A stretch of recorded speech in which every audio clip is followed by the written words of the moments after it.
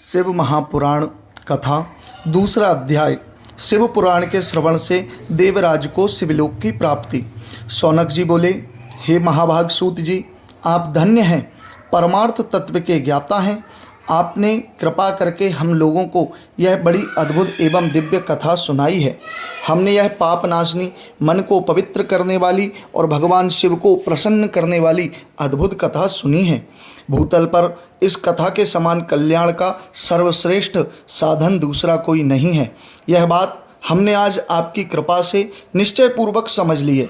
हे सूत जी, कलयुग में इस कथा के द्वारा कौन कौन से पापी शुद्ध होते हैं, उन्हें कृपा पूर्वक बताइए और इस जगत को कृतार्थ कीजिए।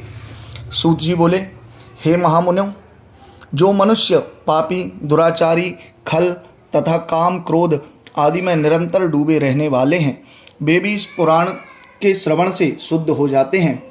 यह कथा वास्तव में उत्तम ज्ञान यज्ञ है, जो सदा सांसारिक भोग और मोक्ष देने वाला है, सभी पापियों को पाप से मुक्त करने वाला है और भगवान शिव को प्रसन्न करने वाला है।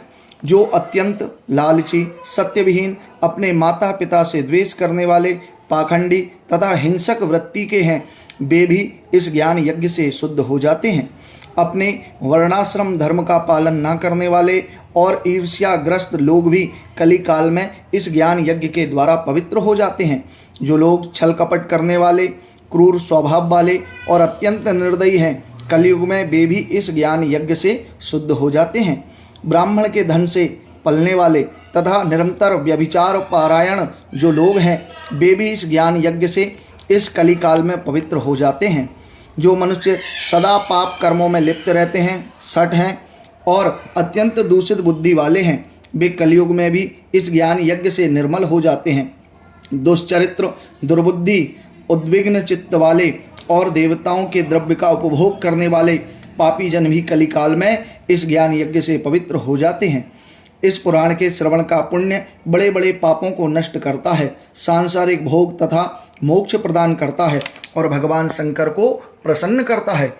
इस संबंध में मुनिगण इस प्राचीन इतिहास का उदाहरण दिया करते हैं, जिसके श्रवण से पापों का पूर्णतया नाश हो जाता है।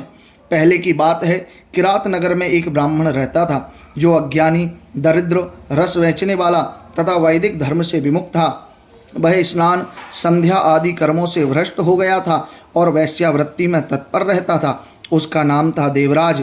वह अपने ऊपर विश्वास करने वाले लोगों को ठगा करता था। उसने ब्राह्मणों, क्षत्रियों, वैश्यों, शूद्रों तथा दूसरों को भी अनेक बहानों से मारकर उनका धन हड़प लिया था।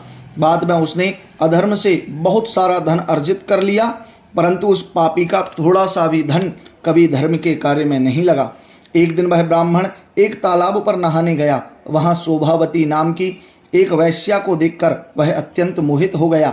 वह सुंदरी भी उस धनी ब्राह्मण को अपने वशीभूत जानकर बहुत प्रसन्न हुई। आपस में वार्तालाप से उन दोनों में प्रीति उत्पन्न हो गई। उस ब्राह्मण ने उस वैश्या को अपनी पत्नी बनाना तथा उस वैश्या ने उसे पति बनाना स्वीकार कर लिया। इस प्रकार कामवश होकर वे दोनों बहुत समय तक विहार करते रहे।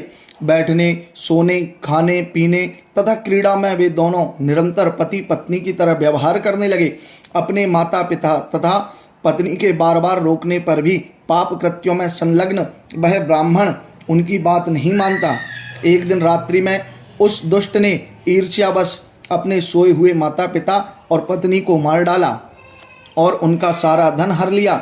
वैश्या में आसक्त चित्त वाले उस कामी ने अपना और पिता आदि का सारा धन उस वैश्या को दे दिया।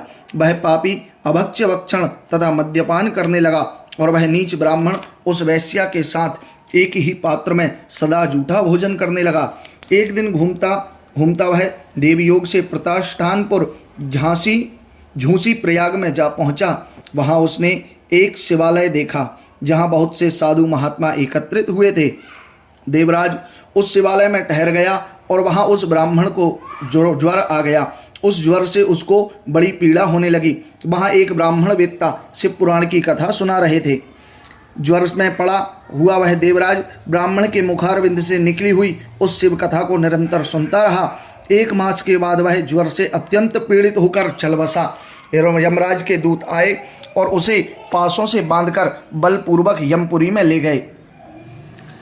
इतने में ही शिवलोक से भगवान शिव के पार्षदगण आ गए और उनके गौर अंग कर्पूर के समान उज्जवल थे, हाथ त्रिशूल से सुशोभित हो रहे थे, उनके संपूर्ण अंग भस्म से उद्भासित थे और वे रुद्राक्ष की मालाएं शरीर पर धारण किए हुए थे।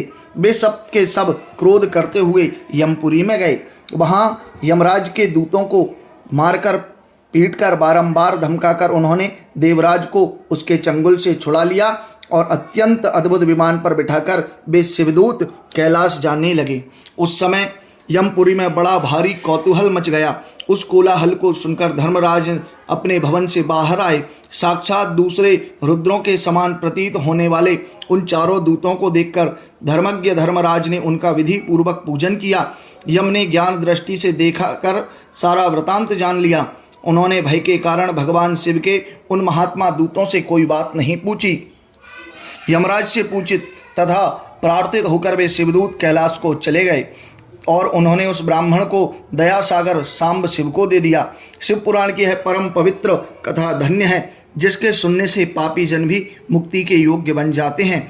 सदा शिव के परम धाम को देवज्ञ सभी लोक में सर्वश्रेष्ठ बताते हैं। ब्राह्मण, क्षत्रिय, वैश्य, शूद्र तथा अन्य सभी, यहाँ तक कि जिस पापी ने धन के लोभ से अनेक लोगों की हत्या की तथा अपने माता पिता और पत्नी को भी मार डाला, वह वैश्यागामी शराबी ब्राह्मण देवराज भी इस कथा के प्रभाव से भगवान शिव के धाम को प्राप्त कर तत्क्षण मुक्त हो गया।